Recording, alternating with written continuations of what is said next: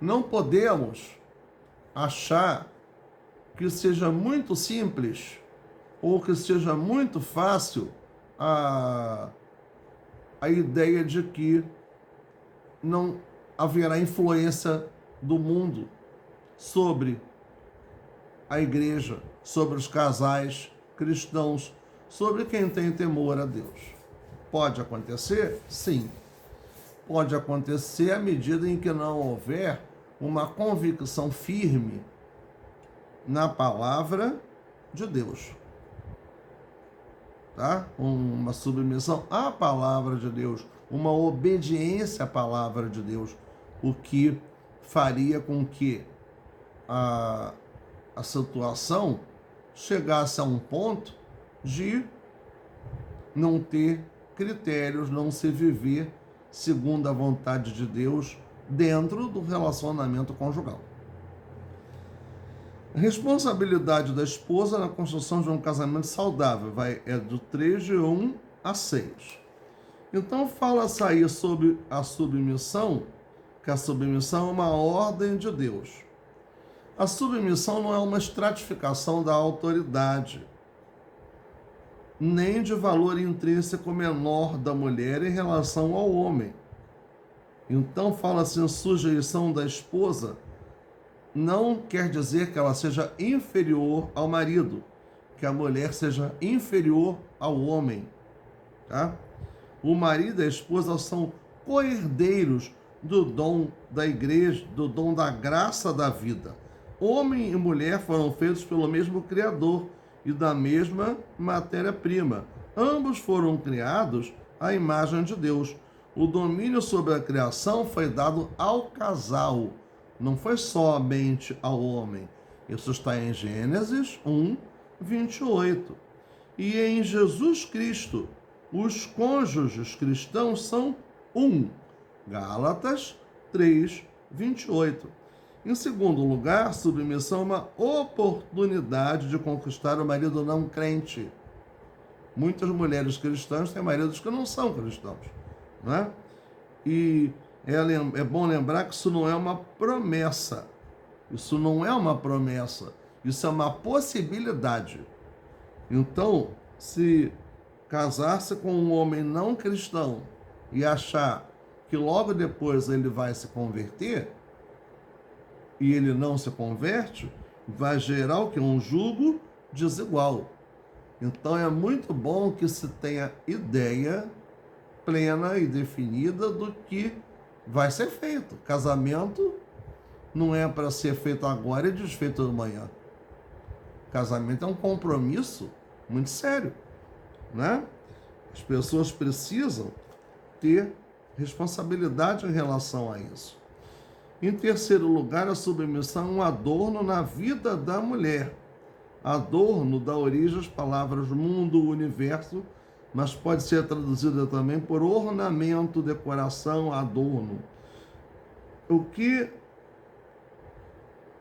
não se deve preocupar excessivamente com modismos só para não ficar de fora, só com aparências.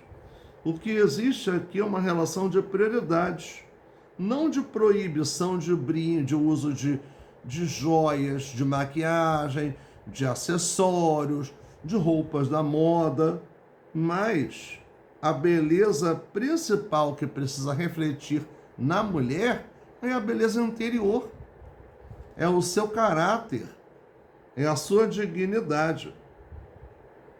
Então isso não é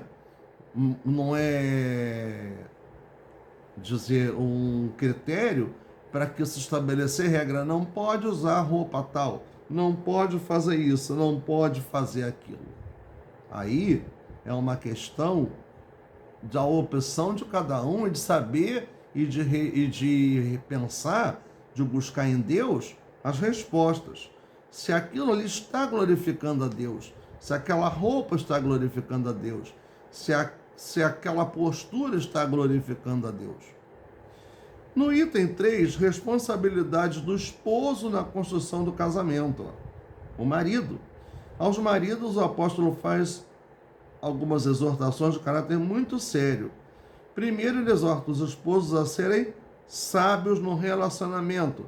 Se fala que Cristo é a cabeça da igreja, o homem é a cabeça da família, então nós não podemos ver uma família acéfala quando tem um homem sem cabeça, sem juízo, sem compromisso, para que não vai dirigir a sua família nunca.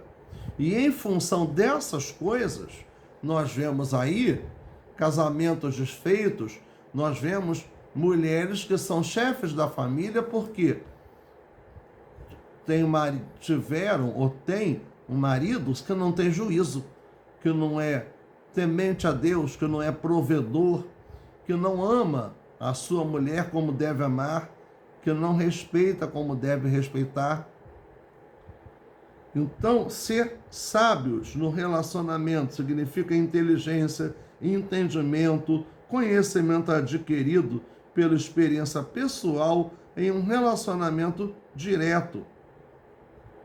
Então, as pessoas precisam, além de viver juntas, se conhecerem de verdade, saber quem é quem.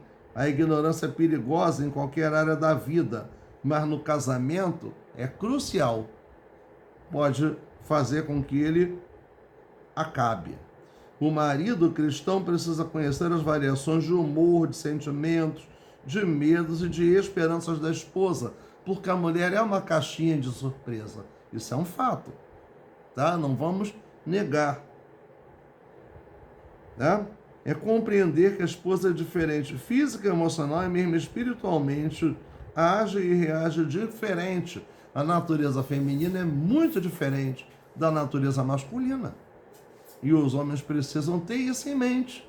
Conhecer essa natureza feminina para poder conviver bem com a sua esposa. Em segundo lugar, o esposo é chamado ao convívio com a esposa e, consequentemente, no lar com os filhos. O marido deve reservar tempo para ficar com a sua esposa e os seus filhos, de ter convívio, de conversar, de ter um conhecimento, um relacionamento, a vivência doméstica, inclusive o relacionamento íntimo ou sexual também. A relação física, emocional e espiritual precisa acontecer dentro do casamento. Em terceiro lugar, o esposo é ordenado a tratar a mulher com honra, palavra que no grego tem o sentido de algo que tem valor aos olhos de quem vê, com honra, com gentileza, com cavalheirismo, com educação, com cuidado, considerando a mulher como a parte mais frágil do casamento,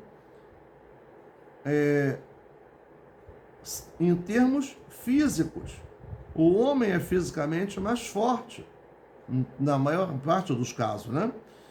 Portanto, o marido deve tratar a esposa como um vaso caro, belo e frágil, que contém um tesouro precioso. E, em quarto lugar, o marido, o esposo, precisa ser o líder espiritual do lar. É quem chama a família para buscar a Deus, para orar, para estudar a palavra de Deus, para poder se colocar diante do trono da graça do nosso Deus.